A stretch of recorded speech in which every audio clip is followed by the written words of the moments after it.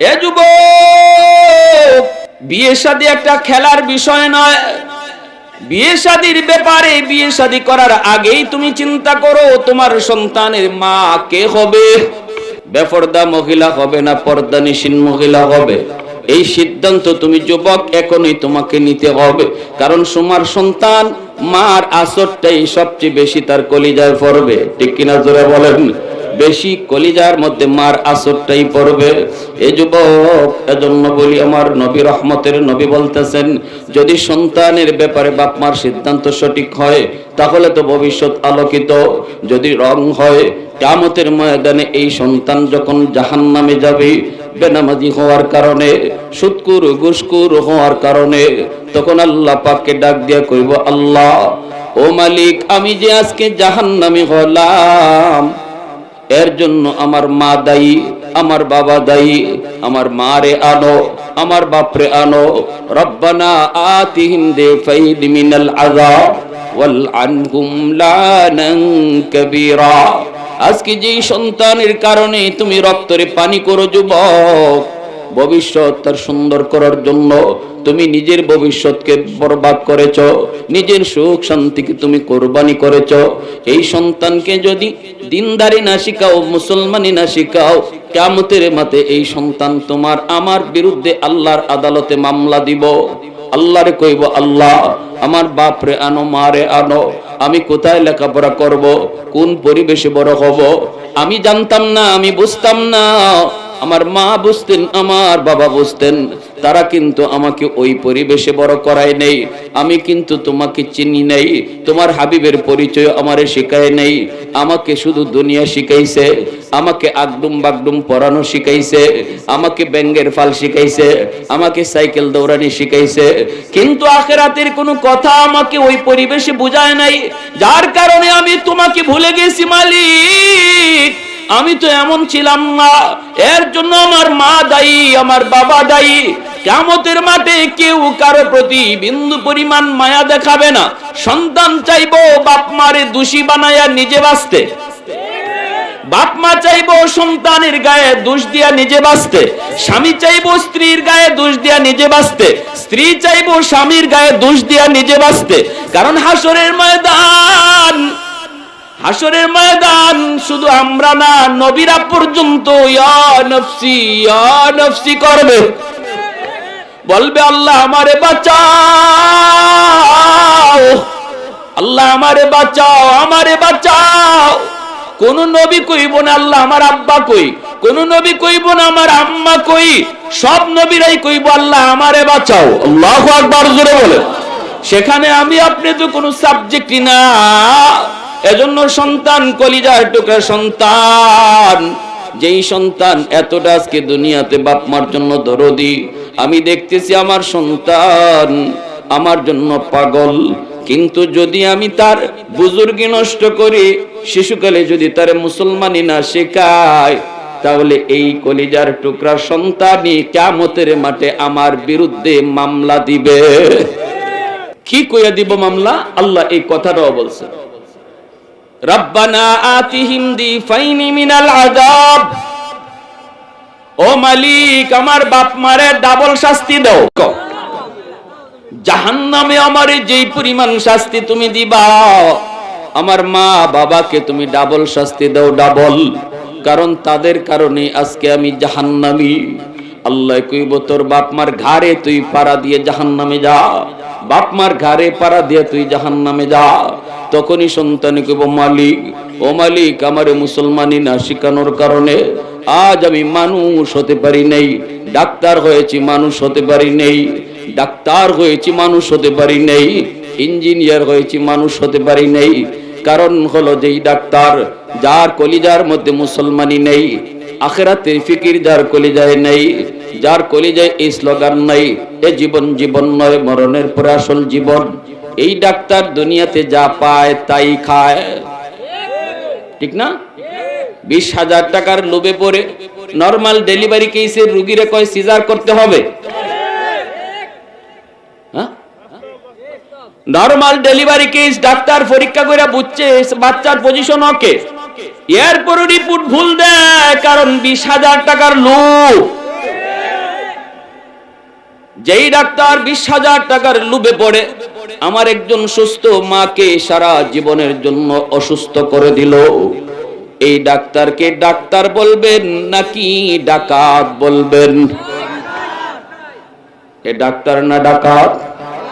যে ইঞ্জিনিয়ারি পড়ার পরে মুসলমানি তারে শেখানো হয় নাই, কলিজায় মুসলমানি নিয়ে যায় নাই, আখিরাতে আল্লাহর সামনে জবাব দিতে হবে এই ফিকির এই শিক্ষা যার কলিজায় নাই, সেই ইঞ্জিনিয়ার তো রডের বদলা বাঁশ দিবেই।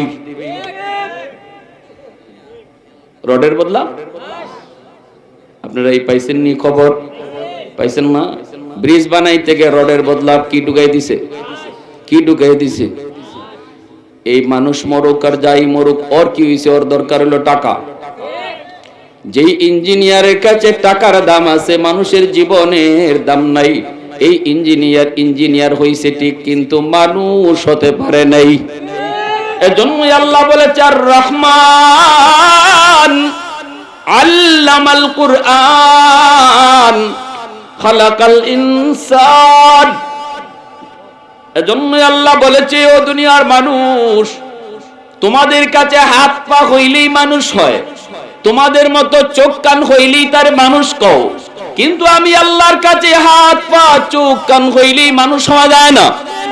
আমি আল্লাহর কাছে মানুষ হতে হলে তার কলিজায় মুসলমানি থাকতে হয়, ঠিক কি না?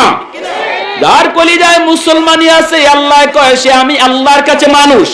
আর যার কাছে মুসলমানি নাই, যার কাছে আখিরাতের কোনো হিসাব নাই, আমি আল্লাহর সামনে জবাব দেওয়ার কোনো ফিকির নাই, যা পায় তা খায়, যা দেখতে মন চায় তা দেখে, আল্লাহ বলেন সেই মানুষ নয়। হাইওয়ান যেমন যা মন চায় তা করে, মানুষ হয়ে সেও যদি যা মন চায় তা করে, তার মাঝে আর হাইওয়ানের মাঝে তফাৎ নাই। একটা গরু ছাগল হাঁস মুরগির জন্য নামাজ আসেনি, গরু ছাগলের জন্য হালাল হারাম আসেনি। মানুষ হয়েও যদি তুমি হালাল হারাম না বুঝো, বৈধ অবৈধ না বুঝো, জায়েজ না জায়েজ না বুঝো, আল্লাহ বলে উলাইকা কাল আনআম, তার মাঝে আর গরু ছাগলের মাঝে তফাৎ নাই। তাহলে কোরআনের শিক্ষা আমার সন্তানকে মানুষ বানায়, এটা আমার আল্লাহর কথা। ইসলামী জিন্দেগি, কোরআনী জিন্দেগি, মুসলমানি শিক্ষা আমার সন্তানকে মানুষের সন্তান বানায়। যার জীবনের ভিতরে হালাল হারাম আছে, জায়েজ না জায়েজ আছে, এই ছেলে মাদ্রাসায় পড়া কলেজে গেলেও সে মানুষ, ভার্সিটিতে গেলেও মানুষ, ডাক্তার হলেও মানুষ, কিন্তু যদি তার কলিজায় হালাল হারামের জ্ঞান না থাকে, পরকালের ফিকির না থাকে, আল্লাহ পাক রব্বুল আলামিনের কাছে এসে ডাক্তার হইয়াও মানুষ হতে পারে নাই। ঠিক কিনা ভাই? জোরে বলেন। এজন্য মুরগির বাচ্চা জন্ম নিলে মুরগি হয়, মানুষের বাচ্চা জন্ম নিলে মানুষ হয় না, তারে মানুষ বানাইতে হয়। আর মানুষ বানানোর পদ্ধতি হলো ইসলামী জিন্দেগি, মানুষ বানানোর পদ্ধতি হলো ইসলামী শিক্ষা, মানুষ বানানোর পদ্ধতি হলো কোরআনের শিক্ষা। এজন্যই আল্লাহ সূরাতুর রহমানে মানুষ সৃষ্টির কথা আল্লাহ পরে নিলেন, আর কোরআনের শিক্ষার কথা আল্লাহ আগে আনলেন। জোরে বলি সুবহানাল্লাহ।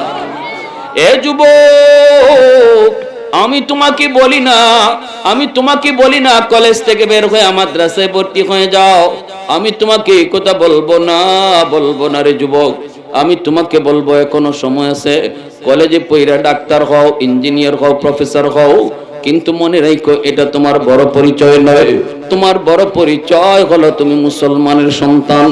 এজন্য তুমি আগে মুসলমানি শিখো, মাথায় টুপি রাখা শিখো, মুখে দাড়ি রাখা শিখো, 5 ওয়াক্ত নামাজ পড়া জানো, হালাল হারামের জ্ঞান তুমি অর্জন করো, হালাল হারামের জ্ঞান অর্জন করো। যদি তোমার কলিজায় আল্লাহর ভয় তোমার কলিজায় থাকে, তাহলে আল্লাহ পাকের কাছে তোমার দাম কত জানোনি? আল্লাহর কাছে তোমার দাম কত জানোনি? এ যুবক একটু বলো না, কলেজে পড়ো, কলেজের অনেক পোলাপান নামাজি আসেনি না নাই? ভার্সিটিতে পড়ে এমন অনেক পোলাপান নামাজি আসেনি না নাই? পুলিশে চাকরি করে নামাজি আসেনি না নাই? সর্ব জায়গায় আছে, এমন না যে এই বিভাগে পড়লে পরে আর নামাজ পড়া যায় না, নামাজ শিক্ষা করা যায় না। আল্লাহ তোমার সামনে রোল বলে দিয়েছে, আল্লাহ সিস্টেম রেখেছে, নজির রেখেছে। মালিক হাদিসে কুদসিতে আল্লাহ কয়, জানোনি এই জমিনে যেই পরিমাণ গুনাহ হয়, যেই পরিমাণ জুলুম হয়, যেই পরিমাণ অন্যায় হয়, জমিন প্রতিনিয়ত আমি আল্লাহর কাছে আবদার করে, আলা কুল্লি ইয়াউমিন ওয়াল আরদু ইস্তাজিলু রাব্বাহু ওয়াল মালাইকাতু ইস্তাজিলু রাব্বাহু ওয়াল বাহরা ইস্তাজিলু রাব্বাহু। আল্লাহ পাক বলতেছে, জানোনি প্রতিদিন কিন্তু এরকম জমিন আবদার করে। আপনাদের ময়মনসিংহের জমিন, তারাকান্দার জমিনও আবদার করে। আল্লাহর কথা বলতেছে, একটু মনোযোগ। যখনই শুনবেন আমার আল্লাহর কথা, যখনই শুনবেন আমার নবীর কথা, তখনই আর কোনো দিকে মনোযোগ দেওয়া যাবে না। আমি মৌলবীর কথা যদি নিজের থেকে কিছু বলি, মনোযোগ অন্য দিকে দিলে গুনাহ হবে না। যখনই বলবো আমার নবীর হাদিস, যখনই বলবো আমার আল্লাহর কথা, তখনই মুসলমানের কথা হবে আমার কথা বাতিল, আমার আল্লাহর কথাই ঠিক। আমার কথা বাতিল, আমার নবীর কথাই ঠিক। আমার মত বাতিল, আমার নবীর মতি মত। এর নাম হলো উম্মত, ঠিক কি না? হাদিসে কুদসি আল্লাহ বলেন, প্রতিদিন এই দুনিয়ার প্রতিটা সেক্টরের, প্রতিটা এলাকার জমিন আমি আল্লাহর কাছে একটা আবদার করে একটা জিনিস চায়। কি চায়? জমিনে আল্লাহ, আমি জমিনের উপর দিয়া বেনামাজি আর কত কাল চলবে? দেখছেন নি কি প্রশ্ন? আল্লাহ, আমি জমিনের উপর দিয়া ঘুষখোর আর কতদিন হাঁটবে? আল্লাহু আকবার জোরে বলেন। জমিনে আল্লাহ, আমি জমিনের উপর দিয়া সুদখোর আর কয়দিন হাঁটবে? ও মালিক, আমি কত আর তার পায়ের বোঝা নিব? আমি জমিন আর কত কাল তার পায়ের আওয়াজ শুনবো? আবতালিউ ইবনা আদম ফি কারি। আল্লাহ, তুমি অনুমতি দাও, ওই বেনামাজিকে আমি গিলে ফেলবো, সুদখোরকে আমি গিলে ফেলবো, ঘুষখোরকে আমি গিলে ফেলবো। আসবিরু ইলা মাতা আসবিরু, কত কাল আর আমি ধৈর্য ধরবো? কত কাল আমি বেনামাজির পায়ের আওয়াজ নিব? আর তো সহ্য হয় না। মালিক, দেখো না আজান হলো, পাশেই তার বন্ধু নামাজে গেল, কিন্তু সে নামাজে গেল না। পাশের ঘরের প্রতিবেশী নামাজে গেল, নাফরমান দেখতেছে, এরপরও নামাজে যায় না। ও মালিক, মসজিদের পাশ দিয়ে আজান হলো, সে চলে যায়, মসজিদে ঢুকে না। আমি জমিনের উপরে পাড়ায়া আমি কত কাল আর তার পায়ের বোঝা নিব? অনুমতি দাও, আমি তারে গিলে ফেলবো। আল্লাহ পাক রব্বুল আলামিন কয়, আমি জমিনকে ধমক দিয়ে থামায় দেই। আল্লাহু আকবার জোরে বলেন। আল্লাহ পাক কয়, আমি জমিনকে ধমক দিয়ে থামায় দেই। আল্লাহ কয়, শুধু জমিন নয়, সাগর মহাসাগরও এইভাবে আবদার করে। সাগরের পারে গিয়া কত নাফরমানি করে। কক্সবাজার সমুদ্র সৈকত, কত যুবক কত যুবতী সাগরের পারে গিয়া গুনাহ করে, নাফরমানি করে। সাগরের পানিটা তাকায় দেখে, আল্লাহর কাছে আবদার করে, মালিক, নাফরমানি আমি আর কত দিন দেখব? ও মালিক, আমি যে কতটা অশান্ত নাফরমান জানে। আমি তোমার আদেশ পাইলে কি করতে পারি নাফরমান জানে। এলাকা আমি ডুবাই দিতে পারি, ঠিক কিনা জোরে বলো। এ যুবক, বরিশালে সিডর হলো গেলাম, মানুষদেরকে ত্রাণ দিলাম। মানুষেরা কয়, হুজুর, মুহূর্তটা টাইম সাগর আমাদেরকে দেয় নাই। আমরা শুধু সাগরের পারে এসে একটু তাকায় শুধু দেখছি, পানিটা পাহাড় পরিমাণ উঁচু হইয়া, পানির উপরে একটা আগুনের লিকো দেখা যায়। দেখতে দেখতে সাগরের পানি আমাদেরকে একটা সেকেন্ড সময় দেয় নাই। কোথায় গেল মা, কোথায় গেল বাবা, কোথায় গেল বাড়ি, কোথায় গেল ভিটা, কোনো খবর নেই। এত বড় সাগরের পাড়টা মুহূর্তের মধ্যে সমতল করে ফেলছে। তাল গাছের উপরে একটা শিশু বাচ্চা, আল্লাহ তার কুদরতে তারে বাঁচায় নিছে। বাচ্চাটারে আমার কাছে নিয়ে আসছে, কয় হুজুর এর নাম হলো সুমি। পানি চলে যাওয়ার পর আমরা এই বাচ্চাটার কান্নার আওয়াজ পাইছি, কিন্তু কই থেকে কান্নার আওয়াজ একটু আমরা যখন লক্ষ্য করলাম তখন বুঝলাম তাল গাছের উপরে গাছের পাতার ঝুপড়ির মধ্যে ছোট্ট একটা বাচ্চার কান্নার আওয়াজ। ওই গাছে ওইটা বাচ্চাটারে নামানো হয়েছে, অথচ তার মা, তার বাবা, তার ভাই, তার বোন কেউ বেঁচে নাই, পরিবারের একজন সদস্য বেঁচে নাই। এজন্য সাগরের পানিকে আল্লাহ আর কত নাফরমানি দেখব, একটু অনুমতি দাও, অনুমতি দাও। ওই নাফরমান গুলিকে আমি সাগর ডুবাইয়া আমার মধ্যে নিয়ে আসি, আর ওরা যে নাপাক করছে জমিন, এই নাপাক জমিনটারে আমি সাগরের পানি গিয়া পাক বানায় দেই। আল্লাহ পাক রব্বুল আলামিন কয় আমি এই সাগর মহাসাগরকেও ধমক দেই। আল্লাহ পাক কয় এরে জমিন ভালো করে শুন, আমি আল্লাহ দেখতেছি এই জমিনে কত গুনাহ হয়, কত অত্যাচার হয়, কত জুলুম হয়, কত নাফরমানি হয়, আমি আল্লাহ দেখতেছি। এরপরও আমি কেন নগদ ধরি না জানুনি? কারণ এই মানুষকে আমি আল্লাহ বড় আদর করে বানাইছি। আসমান আল্লাহ বানাইতো আল্লাহ হাত লাগাই নেই, জমিন বানাইতো আল্লাহ তার হাত লাগাই নেই, জান্নাত বানাইতো আল্লাহ তার হাত লাগাই নেই, ফেরেশতা বানাইতো আল্লাহ তার হাত লাগাই নেই। ফেরেশতা বানাইবে আল্লাহ কয় হও হয়ে গেছে, জমিন বানাইতে আল্লাহ কয় হও হয়ে গেছে, জান্নাত জাহান্নাম বানাইতে আল্লাহ কয় হও হয়ে গেছে। কিন্তু মালিক কয় আমি যখন মানুষ বানাবো, এই মানুষ বানানোর সময় আমি আল্লাহ খালাকতু বিয়াদাইয়া, আমার কুদরতি হাত দিয়া মানুষ বানাইছি। কারণ এই মানুষ আমার বড় মায়ার, এই মানুষ বানাইছি আমি আল্লাহ আমার গোলামির জন্য। সুবহানাল্লাহ। এই কপালটার এত দাম, এত দাম, এত দাম। এই কপাল বানাইছি আমার সাজদার জন্য। অতএব এই কপাল আদেশ দিয়ে বানাইলে হয় না, ফেরেশতাদের হাতেও বানাইলে হয় না। আল্লাহ কয় চেহারাটা আমি আমার নিজের হাত দিয়া বান্দার বানাইছি, কপালটার অনেক দাম, অনেক দাম। আল্লাহ পাক করে জমিন শুন, জমিন ভালো করে শুন, আমিও দেখতেছি এরপরও ধরি না কেন জানুনি? 4 দল জমিনে এখনো আছে, তাদের কারণে আমি জমিন টিকায় রাখছি। লাউলা মাশাইখু রুক্কা ওয়াশ-শাবাবু খুশা ওয়াল আতফালু রুদ্দা ওয়াল আনআমু রুত্তা লাজআলতুস সামাআ হাদিদা ওয়াল আরদা খাফসাফা ওয়াত তুরাবা রামাদা ওয়ামা আনজালতু মিনাস সামাই কাতরা ওয়ামা আনবাততু মিনাল আরদি নাবাতা বাল আনজালতু আলাইকুমুল আযাবা সাব্বা। আল্লাহ পাক বলে 4 দল যতদিন পর্যন্ত জমিনে থাকবে আমি আল্লাহ জমিন টিকায় রাখবো। 1 নাম্বার হলো এই জমিনে আমার কিছু বয়স্ক বান্দা বান্দি আছে, চুল দাড়ি সাদা হয়ে গেছে, কোমরে শক্তি নাই, জোর নাই, হাঁটুতে জোর নাই, রুকু করতে গেলে তার কষ্ট হয়, সেজদায় গেলে পরে আর মাথা তুলতে পারে না।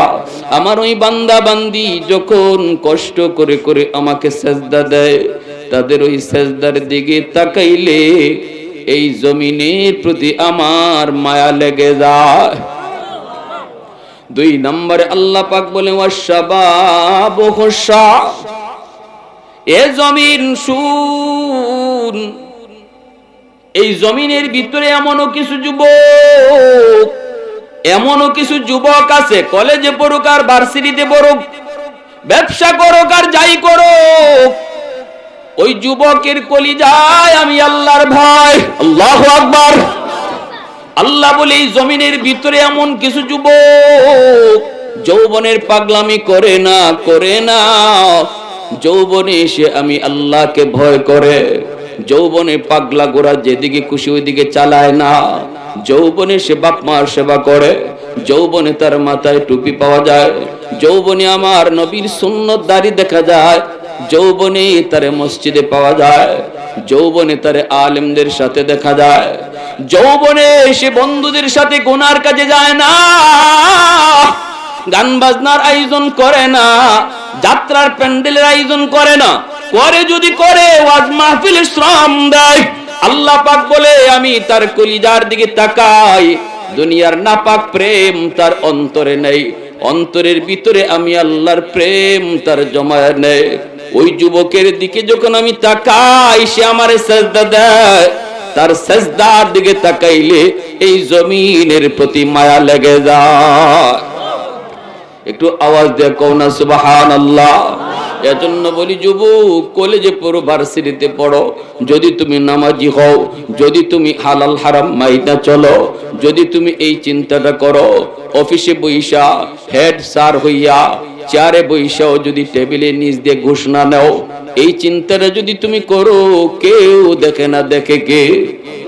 এই চিন্তা করে যদি তুমি তোমার জীবন চালাও, তাহলে আল্লাহ কয় তোর মতো যুবকের কারণে আমি আল্লাহ জমিন টিকায় রাখছি, তোর মতো যুবকের কারণে আমি জমিন টিকায় রাখছি, তোর মতো যুবকের কারণে আমি জমিন টিকায় রাখছি। নতুবা এই জমিনে যেই পরিমাণ গুনাহ হইতেছে, বহু আগে গজব দিয়া জমিন ধ্বংস করে দিতাম, কিন্তু দেই না, শুধু তোর মতো যুবকের কারণে। আল্লাহু আকবার, জোরে বলেন। এজন্য বলি যুবক, তোমার কত দাম তুমি জানো না, আল্লাহর কাছে তুমি কত প্রিয় তুমি বুঝো না। একজন বৃদ্ধ মানুষ নামাজ পড়ে এত তাড়াতাড়ি আল্লাহর প্রিয় হতে পারে না। একজন যুবক যৌবনে নামাজ পড়ে যত তাড়াতাড়ি আল্লাহর ওলি হয়, আল্লাহর ওলি হওয়ার বয়স হলো যৌবনকাল। যৌবনকালের সেজদা আর বৃদ্ধকালের সেজদা কোনোদিন ওজনে সমান হবে না। সময় থাকতে নামাজ ধরো, যেই বয়সে তোমারে কেউ নিবে না, তোমারে 200 টাকার জন্য রোজে নিবে না, ওই বয়সে নামাজ ধরলেও আল্লাহর প্রিয় হওয়া যায় না। যেই বয়সে তুমি যা খুশি তা করতে পারবা, এরপরও তুমি করো না আল্লাহর ভয়ে। আল্লাহ কয়, নবী কয় লা ওয়ার আকাল কাফি, ওই বয়সের মানুষগুলা অতি তাড়াতাড়ি আল্লাহর ওলি হয়ে যায়। যৌবনে তুমি নামাজ পড়ো, যৌবনে তুমি আল্লাহর ভয় করো, যৌবনে তুমি বাপ মার সেবা করো, যৌবনে তুমি কোরআন তেলাওয়াত করো। বৃদ্ধ বয়সে তুমি যদি নাও পারো, বৃদ্ধ বয়সে যদি বয়সের কারণে মসজিদে যেতে নাও পারো, ঘরে নামাজ পড়ো, মাথা ঘুরায়, কোমরে ব্যথা, হাঁটুতে ব্যথা, বের হলে ডর হয়, আল্লাহ পাক পবিত্র কোরআনের সূরাতুত তিনের মধ্যে 4টা কসম খেয়ে আল্লাহ কয়, তোমারে ঘরে বসাইয়া মসজিদে জামাতের সওয়াব দিয়া দিমু। আল্লাহু আকবার, জোরে বলেন। ইল্লাল্লাযীনা আমানু ওয়া আমিলুস সালিহাত ফালাহুম আজরুন গায়রু মামনুন। এজন্য একজন যুবক গায়ে শক্তি থাকতে যত আমল সে করবে, বুড়া বয়সে করতে না পারলেও ঘরে বসাইয়া আল্লাহ ইবাদতের পেনশন দিবে। দুনিয়ার সরকার পেনশন দেয়নি না, দেয় না?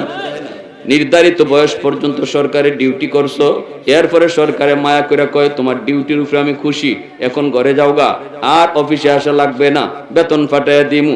আল্লাহ কয় বান্দা, শক্তি তোর যতদিন ছিল আমার গোলামি করছো, আমি তোর উপরে খুশি। এখন তুই মসজিদে যাইতে পারো না, কারণ তোর গায়ে শক্তি নেই, শক্তিটা তুই নিজে নিজে হারাইছো না, আমি আল্লাহ তোর শক্তি কাইরা নিয়েছি। থাকলে তুই এখনো মসজিদে যাইতি, আমি আল্লাহ এটা ভালো করে বুঝি, থাক তুই ঘরেই নামাজ পড়। কিন্তু ঘরে নামাজ পড়লেও আল্লাহ ফেরেশতাদেরকে কয়, আমার বান্দার আমল নামায় মসজিদে জামাতের সব উঠায় দাও, কারণ শক্তি থাকতে সে ডিউটি পালন করছে সঠিকভাবে। দুনিয়ার সরকার যদি পেনশন দেয়, সকল সরকার পেনশন দিতে পারে না, এটা আল্লাহর দেওয়া পেনশন, এটা আল্লাহর দেওয়া পেনশন। এজন্য আমার ভাইরা বন্ধুরা বলতেছিলাম, এই মাদ্রাসা আল্লাহর নবীর ঘর। আজকে যেই বাচ্চাগুলো এই মাদ্রাসায় পড়ে হাফেজ হবে, আলেম হবে, যেই বাবা নিয়ত করবে সন্তানকে মাদ্রাসায় পড়াইয়া শেষ পর্যন্ত আলেম বানাবে, হাফেজ বানাবে, এই বাবা কোনোদিন ঠকবে না। কি কোন না? না, ঠকবে। কারণ মাদ্রাসায় পড়ে খাইবো কেমনে, চলবো কেমনে, পড়বো কেমনে, বউ ফেলবো কেমনে, এমন প্রশ্ন মাথা আসেনি না নাই? থাকারই কথা। এই চিন্তাগুলো শোনার পরেও যেই বাবা মানুষের কোনো কথা কানে না নিয়ে সন্তানকে মাদ্রাসায় ভর্তি করে হাফেজ বানায়, উস্তাদ গুন তার মাথায় পাগড়ি পরায় দেয়, আল্লাহ কয় ওই বাপ মারে কিয়ামতের মাঠে আমি আল্লাহ নিজের হাতে পাগড়ি পরাইমু। মান কারা আল কুরআন ওয়া আমিলা বিমা ফিহি উলবিসা ওয়ালিদাহু তাদান ইয়াউমাল কিয়ামা। এই কথা আল্লাহ পাক বলছেন তার নবীর দিয়া কইছেন, বন্ধু বলো সন্তানের মাথায় পাগড়ি দিবে দুনিয়ার ওস্তাদ, আর বাপ মার মাথায় পাগড়ি দিমু আমি আল্লাহ। কেন? কারণ দুনিয়ার মানুষ কত কথা কইছে, ফুলাটারে মাদ্রাসা দিতেছো শেষ, দিছো গাঙ্গে বাসায় দিছো শেষ জীবন, এই বুলার জীবন শেষ, এ করবো কি, খাইবো কেমনে, চলবো কেমনে। আমার আব্বা আমারে মাদ্রাসায় পড়াইয়া ঠকছেন? সবাই কয় না। আমার ভাই সচিব, বর্তমানে আইন উপদেষ্টা আসিফ নজরুল একান্ত সচিব, আমার আপন ছোট ভাই, আওয়ামী লীগ পিরিয়ডেও সচিব, এখনো সচিব, এখন আরো উপরে। তাই বলে বলেন আমার বাইরে বাংলাদেশের কতজন মানুষই চিনে? আর আল্লাহর রহমতে আপনাদের দোয়ায় তার চেয়ে আমাকে বাংলাদেশের মানুষ কম চিনে না বেশি চিনে? দোয়া কম হয় না বেশি হয়? আমারে মাদ্রাসা দেওয়ার সময় আমার চাচারা বাধা দিছে, সবাই জেনারেল শিক্ষায় শিক্ষিত, স্কুলে 5-এ বৃত্তি পেয়েছি, এরপরে আব্বা আমারে মাদ্রাসায় দিয়েছেন। আমার আব্বাও সরকারি হেলথ ইন্সপেক্টর, বর্তমানে রিটায়ার্ড, কেউ মাদ্রাসার লাইনেই নেই, পুরা গোষ্ঠীটাই মাদ্রাসার লাইনে নেই, সব ওই লাইনে জেনারেল শিক্ষিত, বড় বড় অফিসার, ইঞ্জিনিয়ার। বৃত্তি বাবা একটা ছেলেকে মাদ্রাসায় দিবেন, চাচারা তো বাধা দিবেই। আব্বা বলছেন আমি এত কিছু বুঝি না, আমি আলেমদেরকে মহব্বত করি, সরকারি চাকরি করছি কিন্তু মহব্বত করছি উলামায়ে কেরামকে, নিয়ত করছি আল্লাহ যেন আমার সন্তানকে আলেম বানায়। আমার ছেলেরে জিজ্ঞেস করো তোমরা মাদ্রাসায় পড়বে না স্কুলে পড়বে? চাচারা জিজ্ঞেস কই পড়বা? আমি কইছি মাদ্রাসায় পড়বো। আমার আব্বা ঠকলেন কি ভাই? ঠকছেন? হ্যাঁ, এখন তো ওই চাচারাও দেখতেছে, এখন তো নিজেরাও ভুল স্বীকার করতেছে, বলতেছে হ্যাঁ আমরাই ভুল পথে ছিলাম, আমার ভাই সঠিক পথে ছিল। এজন্য দিলটারে বড় করেন, উদার করেন। রিজিকের মালিক কে? এমনি আরো জোরে বলেন কে? দুনিয়ায় আসার আগে আল্লাহ রিজিক পাঠিয়ে দিছে, ঠিক না? কান্দে বাচ্চায় মার ফেটো, না যাইতাম না, যাইতাম না, যাইতাম না, আমি খুব ভালো আছি এখানে, আমারে যে সুন্দর আল্লাহ খাওয়াইতেছে, কই যাইতাম আবার? আল্লাহ কয় বান্দা কস কি তুই? এখানে তোর একদিক দিয়ে খানা আইতেছে, আর দুনিয়া যাওয়া মাত্রই আমি আল্লাহ তোর মার বুকে 2 দিক দিয়ে খানা রাখিয়ে দিছি। দুনিয়া আইয়া দেখে 2 লাইনে খানা, তাও এই খানা আল্লাহ সে দুনিয়া আসার আগে ফাটাইছে। মার বুকে 2 আগে আসে না? আগে। এই দুধটাও আল্লাহ কেমন দুধ রাখছে, না গরম না ঠান্ডা। আল্লাহ জানে বান্দা তুমি ঠান্ডা হইলেও খাইতে পারবা না, গরম হইলেও পারবা না, আমি আল্লাহ তোমার মার বুকে এমন ভাবে খাদ্য রাখছি যেটা ঠান্ডাও না গরমও না। তাহলে এই রিজিকের জন্য আমরা এত পাগল কেন, এত পাগল কেন? সন্তানকে নিয়ত করেন, নিয়ত করেন যেন আমার সন্তান আখিরাতের পুঁজি হয়। সন্তানটার দিন শিখাইবেন না, পরিচয় আল্লাহর পরিচয় দিবেন না, মারা যাওয়ার পরে সন্তান বাপ মার কবরের পাশ দিয়া গান গেয়ে গেয়ে যাবে। আর দিন শিখাইবেন, সন্তান বাপ মার কবরের পাশে কোরআন তেলাওয়াত করবে, আখিরাতের পুঁজি হবে, আল্লাহর কাছে সদকায়ে জারিয়া হবে। আল্লাহর হাতে হাসরের ময়দানে পাগড়ি পরার নিয়ত কার কার আছে একটু হাত উঠে আল্লাহকে দেখান। যারা বিয়া করছো না এরাও তুলো। বিয়া করবাই তো, করলে পরে নিয়ত করো আল্লাহ বিয়াও করতাম, সন্তানও আলেম বানাইতাম, আল্লাহ তুমি কবুল করো। জোরে কোন আমিন, আরো জোরে কোন আমিন।